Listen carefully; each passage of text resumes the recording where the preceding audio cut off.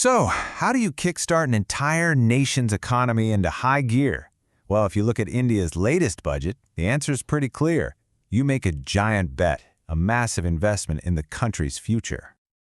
All right, let's get right into it. This is the number, 12.2 lakh crore rupees.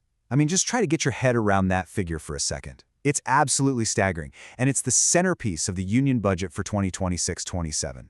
This isn't just a number. It's a historic bet on building the future. And look, this record spending, it's way more than just a figure in a document. It's really the core of the government's entire strategy to achieve what they're calling Viksit Bharat, basically a developed India. We're talking about laying a literal foundation of concrete and steel for the country's next big economic leap. Okay, so we have this huge number, but what does it actually mean? Let's unpack this record spending and see where the money is really going. First things first, we need to talk about a key term here, capital expenditure, or Capex for short. Now, this isn't the government paying for day-to-day stuff. No way. This is money specifically for building things that last. We're talking about long-term assets, roads, railways, ports, the kind of stuff that boosts the whole economy's ability to produce and grow for years, even decades to come. It's a classic investment in the future. And what's really wild is just how much this has jumped. I mean, look at this chart. That leap from last year to this year, that's an extra 1 lakh crore being pumped directly into building the country.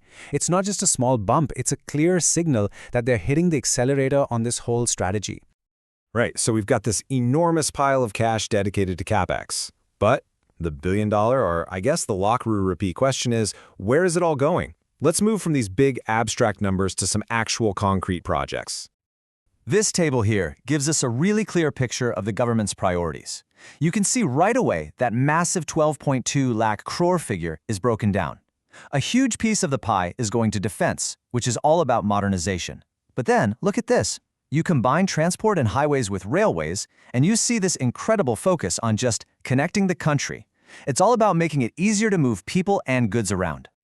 And we're not just talking about patching up a few potholes here. These are game-changing mega projects. Think about it. 7 brand new high-speed rail corridors, like the one between Mumbai and Pune. A massive new freight corridor stretching from Surat all the way to Dankune, which will totally streamline logistics from west to east. They're even opening up 20 new national waterways. This is literally about rewiring the economic map of India. So, what does all this mean for you? For businesses, for everyday life? Well, it translates into faster travel between cities for one. For businesses, it means smoother, cheaper logistics, a huge deal if you're trying to ship goods. And for millions of people, it means upgraded, more modern cities to live in. This is where those huge numbers start to feel real. Okay, that's the what and the where, but now let's get into the why. Why this massive all-in bet on infrastructure? Well, it's all about a powerful economic idea. You can think of it as a ripple effect. And it's a perfectly fair question to ask. With so many things the country needs, why pour so much into this one area? The answer actually comes down to a pretty fundamental economic principle, one that governments all over the world use to get their economies growing. And here it is, straight from the budget documents themselves. The key phrase here is the high multiplier effect. So what does that mean? Put simply, the idea is that for every single rupee the government invests in something like a new highway, the economy actually grows by more than 1 rupee. It's about getting more bang for your buck. Here's an easy way to think about it. The government spending is like tossing a big stone into a lake. That first splash, paying for steel, cement, hiring workers, that's just the beginning. The real magic is in the ripples. Those workers and suppliers now have money to spend, right? So they go out and buy things, which boosts local businesses. Those businesses then hire more people, and on it goes. This creates this awesome cycle of growth that eventually pulls in private companies, making the whole effect even bigger. Now, to really get that private investment flowing, the government's got a clever trick up its sleeve. It's called an Infrastructure Risk Guarantee Fund. Basically, it's a safety net. It tells private companies, hey, we know these projects are huge and a bit risky, so we'll help cover some of that risk. This makes it way more attractive for them to jump in and invest their own money alongside the government. Okay, so we've talked about the plan, the projects, the economic theory, but let's zoom out for a second. A spending spree this big brings up a pretty important question.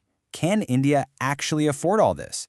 Let's take a look at how this huge push for growth balances with a nation's financial health. And what you see here is a real balancing act. On one side, you've got this record-breaking spending designed to hit the gas on the economy. But on the other side, there's a serious commitment to what's called fiscal prudence, which is just a fancy way of saying they're being careful with the country's money, trying to manage debt and keep the books in order. A really important number to watch here is the fiscal deficit. All that is the gap between how much money the government brings in and how much it spends. The goal for this year is to get that number down to 4.3% of GDP, which is the total value of everything the country produces. And if you look at this timeline, you'll see this isn't some new, sudden idea. It's part of a steady, multi-year plan. They've been chipping away at that deficit, bringing it down bit by bit. And that kind of consistency, well, that sends a really strong signal of financial stability to investors all around the world. And this is super important to remember. This whole infrastructure push isn't happening on its own. It's just one piece of a much larger puzzle. The budget actually outlines 6 key strategies, and that includes big plans for boosting high-tech manufacturing. We're talking about things like semiconductors and biopharma. So it's all part of one big integrated vision for where the economy is headed. Which, of course, brings us to the big final question. Will this massive bet actually work? Will this historic infrastructure push be the thing that truly accelerates India's journey to becoming a developed nation? The government has placed its bet, the stage is set, but the real answer is something we're only going to see unfold over the next few years. So there you have it, our look into this massive infrastructure plan. If you found this breakdown helpful for getting behind the headlines, do us a huge favor and hit that like button, share it, and of course, subscribe. We really want to know what you think. Is this the right move? Drop your thoughts in the comments below. Thanks for tuning in.